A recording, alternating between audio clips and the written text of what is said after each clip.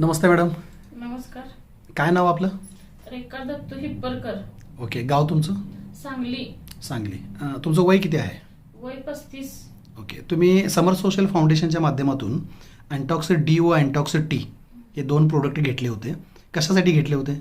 मला गेले 1.5 वर्ष झालं शुगर आहे. हां. शुगरसाठी मी 3 महिने झाले प्रोडक्ट वापरत आहे.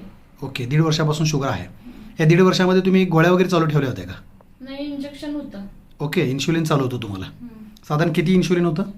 सकाळी 24 युनिट, संध्याकाळी 22 युनिट. ओके. हा रिपोर्ट तुमचाच आहे ना? हो. ओके. याच्यामध्ये दाखवलेलं आहे सकाळी 26 युनिट आहे आणि संध्याकाळी 22 युनिट आहे. हे डेली घ्यायचं होतं. ओके. आता तुम्ही आज कोल्हापूरमध्ये कशासाठी आला होता? दवाखान्यात दाखवण्यासाठी आलते. ओके. काय झालं मग आज? डॉक्टरांनी इन्शुलिन बंद करून आता मला गोळ्या सुरू केल्यात. ओके. का? त्याचं कारण काय? शुगर कमी आलेली आहे?